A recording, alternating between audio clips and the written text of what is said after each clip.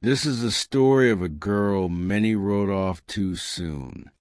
Born into poverty, life never gave her a break. She was diagnosed with a disease so severe, doctors said she'd never walk. Her family held on to hope, even when it seemed impossible. She had no toys, no bed of her own, but she had a dream to one day run to the field she saw from her hospital window. Days turned into weeks, and her condition worsened. She was confined to a wheelchair, her body weak, spirit still fighting. Her mother cried every night, whispering prayers no one else could hear. Her father worked 3 jobs but never complained. Doctors were honest. The prognosis was bleak. Hope was fading. The words echoed. She will never walk again. Her family struggled to hold on, their hearts breaking a little more each day. But the girl, she refused to give up. At night, she'd close her eyes and imagine walking. If I can dream it, she whispered, maybe I can do it. She believed, even when no one else could. Then something extraordinary happened. One morning, as the sun rose, she moved her foot. Doctors were stunned. Nurses whispered in disbelief. It was a miracle no one could explain. They ran tests over and over. It made no sense. But to her family, it didn't need to. It was hope finally returning. Slowly, day by day, she grew stronger. A young physiotherapist, Sarah, took a special interest in her case. She saw something different in the girl, a light that refused to go out.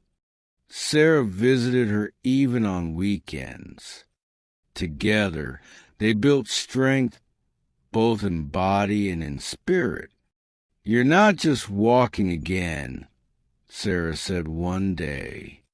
You're teaching us all how to live. In the hospital, she made a friend, another girl, same age, same condition. They encouraged each other, laughed together, cried together. But one night, her friend's room went silent. She had passed away. The girl didn't speak for 3 days.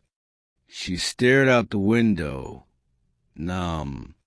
But on the 4th day, she wheeled herself back into the therapy room, alone, and she stood for her friend, for herself.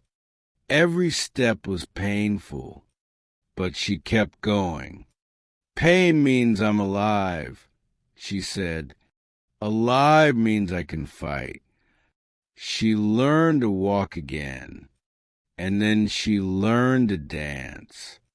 The hospital held a small celebration for her. She danced with her therapist, slowly, carefully, but joyfully. Months later, she went back to school. The other kids stared. Some whispered, but one girl offered her a seat. That was all she needed. A second chance, a new beginning. She started writing short stories, poems, letters to her younger self. One of them was published in a local newspaper. The title was Hope Has Legs. Years passed. She graduated with honors. She stood on stage in her cap and gown, walking proudly to receive her diploma. Her mother cried again that day, but this time it was joy. She later returned to hospital, not as a patient, but as a volunteer. She wheeled books into rooms, told jokes, read stories. And every time a parent looked hopeless, she would smile and say, "I know it looks dark now, but light finds a way." The doctors never found a scientific reason for her recovery, but maybe some things aren't meant to be explained. Maybe some things are just miracles. She's now an adult. She walks, she runs, and she helps others heal.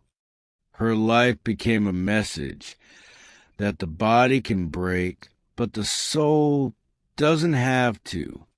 This story reminds us, no matter how deep the pain, no matter how loud the silence, there's always a way forward. If you believe in faith, in light, in the strength of a human heart, then share her story. Because sometimes the greatest battles bring the brightest miracles.